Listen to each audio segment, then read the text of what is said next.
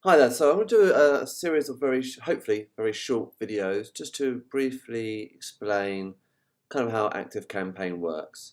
My intention here is not to go into every single bit of detail, but just to give you a little overview as and when you need to do anything in it yourself. So of course, first of all, you need to log in, which I've seen you do, and then you're going to see a page like this. This is basically your dashboard.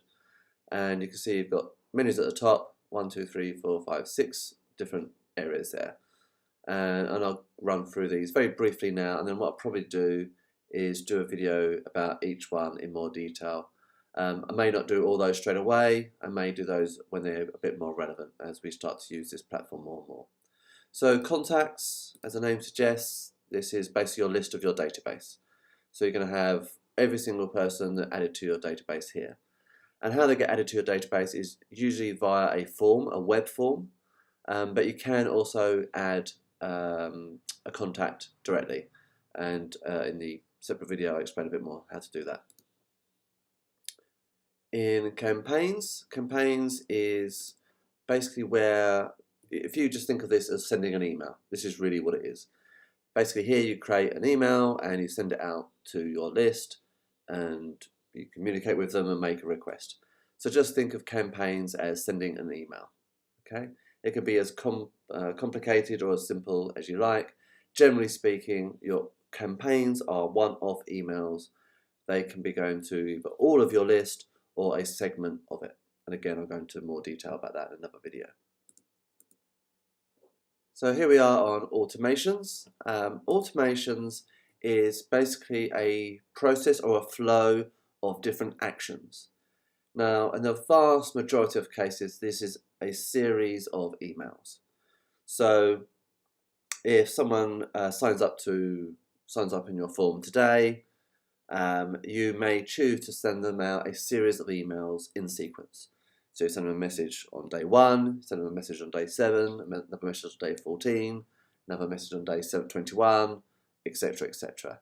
Now you can also add lots more things into your automation, such as notifications and tags and lots more sophistication, but we will definitely not go into that here, and I may go into that in a bit more detail when I do a video about automations on its own.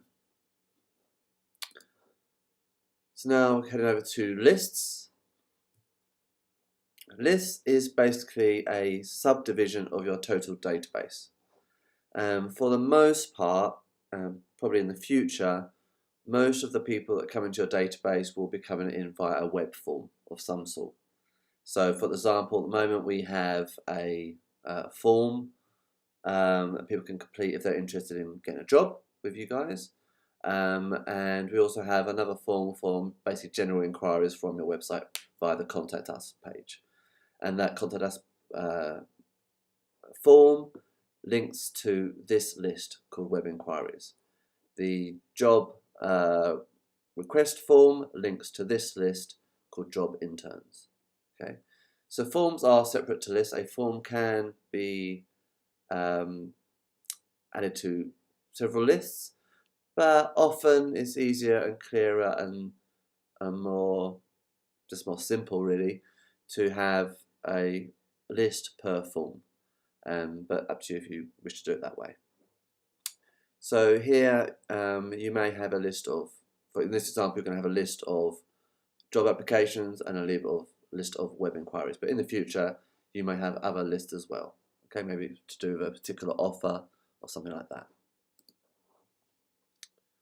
Forms, as the name suggests, is where we actually create the web form. So if I were to click into one here briefly, so here it is a fairly simple form, basically a list of questions that we ask people to complete.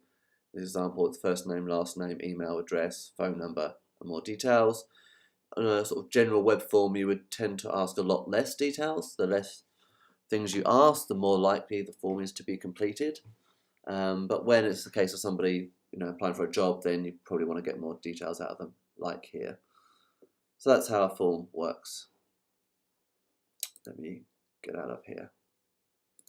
And lastly, but not least, reports. This is where you can set up reporting Really, I'm not going to go into this at this stage. It's not something you're going to need anytime soon, but in the future you may want to do some reports about how many people added to your database within the last 7 days, how many emails were sent out, and various other kind of reporting. Usually this is more based around goals, so you can create goals, things like that. But again, that's definitely information for another day. And then the other thing I've not mentioned, of course, any account details is set up via your account icon here on the top right. So it's a very brief overview, and I will go into a little bit more detail about some of these areas in other videos.